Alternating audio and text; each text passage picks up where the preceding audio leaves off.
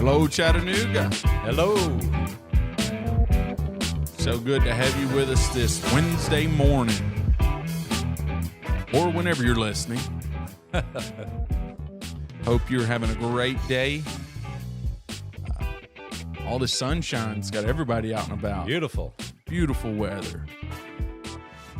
And we're so glad that you've joined here with us. Welcome to Footnotes. This is a ministry of Cornerstone Apostolic Church. We kind of take it as a time to go into our revisit our past Sunday's sermon, kind of go through the footnotes of it. Right. We re-preach it, just make all the corrections that need to be made and all those things. Not all. Really. Not at all. I'm Sam Hodem. I'm here with Rob Harris. Hey, we're so glad that you've chosen to join with us. Pastor Sloan, he preached this Sunday. His title was Renew. What did he kind of deal with at a 30,000-foot overview? He talked about bringing my offering unto the Lord to the altar, and he drew from Leviticus 2:11. And it's talked about the offering, the grain offering or the meat offering. It would not be made. You would not bring leaven or honey with it when you were to bring it to the altar. So that's all the it things was that absent. make it good. Yeah, it was absent of leaven and honey. And the word leaven, the old English word, is to lift. Okay. So it becomes very interesting because, of course, we know leaven is yeast, and yeast is to aid fermentation. It is a process of decay. It symbolizes death, sin, corruption, the effects of sin. And he was very specific. There would be no leaven or honey in that offering. Honey or leaven. Right. So all the things that make it good to man. Right. We love honey. Uh-huh. But it would change it. If you were to put honey in it, it's introducing something from the outside. Yeah. Oh, I want to make it sweeter for you, Lord. Oh. But he doesn't want it that way. He wants the bareness of it. I was looking at the grain offering. This offering to the Lord, they're bringing it to the altar to be burnt, to be consumed, Right? Without unleavened bread and no honey added to it. Brother Sloan, he talked about the unleavened just a little bit. Right. I thought it was very interesting because, as you pointed, it's what rises up. Right. So you mentioned pride. Yeah. Puffing us up. Puff up, yeah. Everybody likes a good fluffy bread. I mean, Right. We don't call people doughy for no reason. Doughboy. Everybody likes that, but God, He said, no, I want to know the you. I want to know the true you. Right. Not the smoke and mirrors, not the pride, not the deflections, not all the other things that you use to make yourself look better than what you are. But you just come as you. Obedience. Yeah. And he mentioned it, he brought it into Pastor did when they were leaving Egypt. Right. He said unleavened bread. Why you just everybody does God just like crackers? Get ready to go. When I say go. You don't have time. Yeah. Put all that in there and do it your way. And that lamb needs to be roasted with fire. And you'll leave when I say go, and you gather your families and go. They were under the blood and full of the lamb. Boom. And they went. I will say this is part of our overarching theme for the year is the church. Right. And so as the church, we're made up of individuals, and then our lives are made up of our habits. Yes. And so in that, Pastor asked, he said, what are 3 habits or routines that you have? And how does that affect your life? Right. Are they good? Are they bad? Are they things that you're not, well, I mean, everyone gets lost in the scroll of doom, right? Right. We're at that day and age. We're going to get arthritis in our thumbs. I think we're just going to, Yeah. right? We just zone out. We're just, we're just Right. chilling. Is that a good habit? Because I have that habit, Yeah. right? I would Right. say 99% of, maybe 95% of people have that habit Right. of, we just get lost in that, but it's not adding to anything. Right. In life, when we bring our life to God, I think when we're bringing things to the altar, He's calling on us to leave some of that stuff, that fluff. Right. Leave it behind. Yeah. Hey, this isn't good for you. There's nothing you can do to sweeten the deal. Oh, yeah. And he wants something that worship is not governed by men's fancies, Yeah. appetites, but by submission to God's will. It's not how I want to do it. No. It's how He wants it done. And when I do it His way, it's the best way. But when I try to do it my way, it doesn't work, because then leaven gets in it. There gets pride, self-importance, the other word, Tradition, hypocrisy, the leaven of the Pharisees and the Sadducees, their doctrine. Yeah. It was. They were taking, and I'll say we're probably all guilty of this, of taking a principle that God establishes, and then we say, well, God meant it in this principle, And I'm going to incorporate my way and my thoughts. This is my style. This is a balance. Yeah. The modern way of doing it. Right. And the Lord said, beware of that. Yeah. He said, beware of the leaven. And He called it their doctrine. Yeah. So it becomes not just, oh, I like to do it this way. No, this is the way you're supposed to do it. Mm-hmm. And that's where all these doctrines of men come from. It is. And getting into that, I don't want to chase this all. I don't want to chase down that full rabbit trail, because then people's got a billion different ideas. Right. But I think if we keep it focused on us, Yes. on individual, Right. God, what am I bringing to you Right. that has absolutely no business being there? Yes. What preconceived idea about how I approach the Most High God? Right.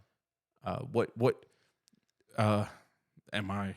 This is something. Am I trying to be my own sacrifice, as far as to die on the cross for me? Am I trying to be my own savior? Am I trying to earn the right for your grace and mercy? Am I being Lord over God's heritage? Yeah. Am I being presumptuous? Right. About how I'm coming at God? Yeah. All those different pieces of that, I think we can very easily we can take that, and a lot of times we all do. We have to bring balance to it and say, well, they're just doing this, and they're taking the new. But when it comes down to it, it starts and it ends with me. Each man his own salvation. Right. And the great picture that is painted, and Pastor spoke of that, and in fact, he read the whole chapter in Psalms chapter 51. Yeah. It talked about David's cry and his prayer to God. And he said in verse 1, starts off with mercy. Have mercy upon me, O God, according to thy loving kindness, according unto the multitude of thy tender mercies, blot out my transgressions. I believe the first approach to God is to recognize, God, I need your mercy. And here I present my sin to you. He was acknowledging his sin with Bathsheba, putting Uriah to the wall and having him killed in battle. But he was recognized that, Lord, I need your mercy, and I need you to blot out, I need you to cleanse me of all of my transgressions. He owned it. He owned it, right. And that's the absence of pride. That's the absence of the leaven. I'm not puffed up. I'm gonna blame somebody else all my life for my problems. They caused me to do this. Right. He acknowledged it himself. He could have said, it's Bathsheba's fault, She shouldn't have been so pretty. But no, he acknowledged that, and he said, wash me thoroughly from mine iniquity and cleanse me from my sin. He got personal with God. For I acknowledge my transgressions, and my sin is ever before me. So to come to the altar and to recognize it's not just how I want to sashay in, as Pastor has mentioned that word before. Sashay. Yeah. I think that's probably his favorite that word. I'm going to sweeten the deal with, this is my sugar coat in it, and this is my honey to it, and my leaven and all this. No, Lord, I'm going to just recognize this is my sin, and Lord, forgive me, and I need you. Man. Cleanse me. I particularly in this verse 8 there, 51 and 8, make me to hear joy and gladness. Yes. That the bones which thou hast broken may rejoice. Yes. One, he was a literary genius. Right. Just a wordsmith. Right. But when Nathan came to him, said, man, David, you're the man. Thou art the man. Yeah, you've done it. He couldn't point to anybody else. He Broke him. Yeah. And it did. The child died. His sin was known. People died because the of sword what he never did. departed from his house. All the rest of his household. Yeah, it affected them. And that sin, it broke him. It broke him. Right. The bones that which thou hast broken. Yes. God did that for his own good. Right. I would say that's a foreign concept. Right. To most people. It's a hard concept. Brokenness. Maybe I should say a hard concept is that God will do something. We get caught up in the verse of Jeremiah, meant good, not evil. Right. But good, not evil is not always happy. You're right. Sometimes it is okay. It's God's will for us to be broken. Right. And to have the attitude of, yeah, God, you've done it. Make me glad now. Right. Help me out of this. And he wants a broken and a contrite heart. He's nigh unto that. Yeah. And he does that in us. He works on us that we become broken for him. Yeah. And he went on to say, create in me a clean heart. Mm-hmm. Renew a right spirit with me. Restore unto me the joy of thy salvation, and uphold me with thy free spirit. Then I will teach transgressors thy ways. Yeah. Lord, change me, help me. Then it's not about me, it's about your gospel. It's about your salvation plan. Help me to teach others thy ways, not my way, not how I want to do it, but your way, God. If you're new to the Bible, if you're new to a relationship with God, I challenge you. Read, memorize, study, sing Psalms 51. Yes. It is one of those chapters that will stick with you through thick and thin and will help you grow to learn and to understand the nature of God. Right. And the approach that we should have. Right. I mean, that is just, that wash me with hyssop, make me white as snow. Right. That's just a mantra in my head of my prayer, of my just. Right. It's almost repetitive. God, Yeah. help me. I need to know this. I need to be clean. Right. That I believe in the overall sermon for Sunday was renew. Coming to an altar after that, God, I'm failing with words here, guys, but you don't come to an altar with any other plan other than God. Oof. Do what you have to do in Yeah. me, because I can't do it by myself. I need you. And it scares me sometimes, because sometimes, you come to the altar and you're like, God, forgive me. But it just weighs different sometimes. Yes. And you're like, man, did I come expecting something last time? Like, did I come a little too haughty last time? Did I come a little too prideful last time? All right, well, from now on, all right, I got to pull that in there. Pull that leaven out. Pull that honey out. Got it. Not my sweet way, but his way. No. Because he's sweeter than the honeycomb.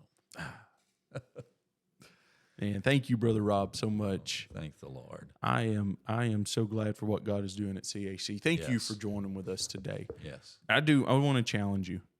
Pastor mentioned this, one area of your life that God has directly affected. Right. Think on that today. We've all had those moments that God's convicted us, that He's broken us, that He's changed us. Yes. Think on that He's blessed us. Take Psalm 51 to heart with you this week. It will not hurt. Yes. It might for just a moment, but it will change your life.